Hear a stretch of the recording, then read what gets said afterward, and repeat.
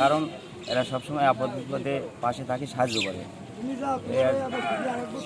বড় বড় সংস্থা আছে এই আশেপাশে, যেমন ব্র্যাক, গ্রামীণ, আশা, তার আজ পর্যন্ত কখনোই আমরা কোনো সাহায্য পাইনি।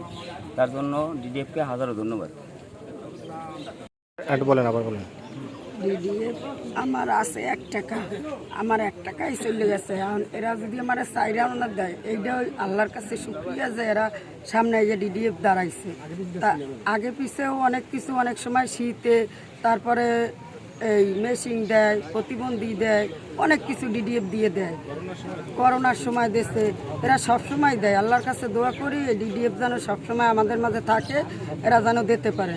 আরও আগুনে পুড়ে যাওয়া ক্ষতিগ্রস্ত ব্যবসায়ী ও উদ্যোক্তাদের মধ্যে নিত্য পণ্য সামগ্রী বিতরণ অনুষ্ঠানে উপস্থিত আছেন আমাদের রাহিনপুর ইউনিয়ন বিএনপির সাবেক সভাপতি আবুল কালাম, বিএনপি ও অঙ্গ সহযোগী সংগঠনের নেতৃবৃন্দ, আগুনে পুড়ে যাওয়া ক্ষতিগ্রস্ত ব্যবসায়ী নেতৃবৃন্দ, আসসালামু আলাইকুম।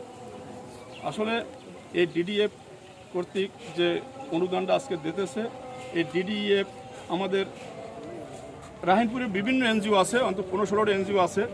তার ভিতরে এই এনজিওটারে আমি এটি এনজিও হিসাবে বলতে চাই না, এটি একটি মানবিক সংগঠন হিসাবে বলতে চাই। কারণ আমাদের দেশে যখনই কোনো মহামারী, কোনো বিপদ আপদ, আগুনে পুড়ে যাওয়া থেকে শুরু করে ঈদ, কোরবানি, অসহায় মহিলাদের মাঝে সেলাই মেশিন বিতরণ, যারা আপনার প্রতিবন্ধী আছে তাদের মাঝে সেলাই মেশিন সহ বিভিন্ন সময় এই এনজিওটি আমাদের সাধারণ মানুষের পাশে দাঁড়ায়।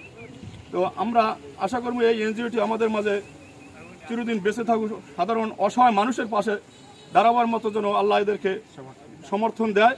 এবং এটি আমরা সকলে দোয়া করব। রাহিনপুর ইউনিয়নে যখনই দেখছি আমরা মনে করেন কোনো মানুষ বিপদে পড়লো, এনজিওটি সাহায্যের জন্য হাত বাড়াই দেয়। বিভিন্ন সময় ক্যান্সারের রুগী এই রাহিনপুরে 50,000 টাকা থেকে করে এই ডিডিএফ কর্তৃক আয়োজিত যে এনজিওটি আছে, যে সংস্থা আছে, বিভিন্ন সময় 50,000 টাকা করেও এরা সাহায্য দিয়েছে। তো আমি আশা করব এই এনজিওটি যেন আমাদের মাঝে বেঁচে থাকে এবং এর জন্য যে প্রতিষ্ঠাতা আমারই বন্ধু খোকন, ওর জন্য দোয়া করবেন, আল্লাহ যেন ওর নেক হায়াত দাঁত করে। এই আশাবাদ ব্যক্ত রেখে আমি আমার বক্তব্য শেষ করছি। কর্তৃক আয়োজিত রেমুয়া বাজারের তাদের ক্ষতিগ্রস্ত ব্যক্তিদের মাঝে ডিডিএফের কিছু সামগ্রী বিতরণ অনুষ্ঠানে উপস্থিত অত্র রাহিনপুরের মানুষগণ, ক্ষতিগ্রস্ত বাইরে ডিডিএফ কর্তৃক আমরা শুধু এই ত্রাণটুকু দিয়ে এই বিদায় দিতে চাই না। আমরা অনেক কিছু আশা করি যারা ক্ষতিগ্রস্ত হয়েছে বা বাড়ি হইলে যে রাহিনপুরে ডিডিএফের যে মালিক খোকন শিকদার, আমরা আশা করি তার মাধ্যমে আমরা বড় কিছু আশা করি যেন প্রত্যেকটা দোকানদার এবং ঘর মালিক যেন তার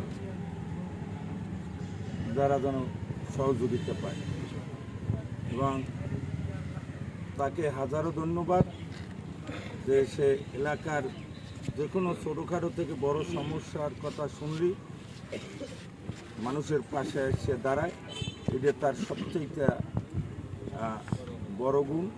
আমি আশা করি যে আমরা যেন সামনের দিনগুলোতেও তারে আমাদের পাশে পাই এবং তার জন্য দোয়া করবেন। আর এই যে ক্ষতিগ্রস্ত মানুষ, দেখা যায় যে 25 কেজি চাল, ডাইল এগুলো দেশে মূলত তো এই লোকগুলো শেষ হয়ে গেছে। এদের ক্ষতিপূরণ করার আমাদের কোনো সাধ্য নাই। আমরা চেষ্টা করব মাননীয় সিকুব মহোদয়ের মাধ্যমে যাতে আমরা কিছু করতে পারি। সবাই দোয়া করবেন। আসসালামু আলাইকুম।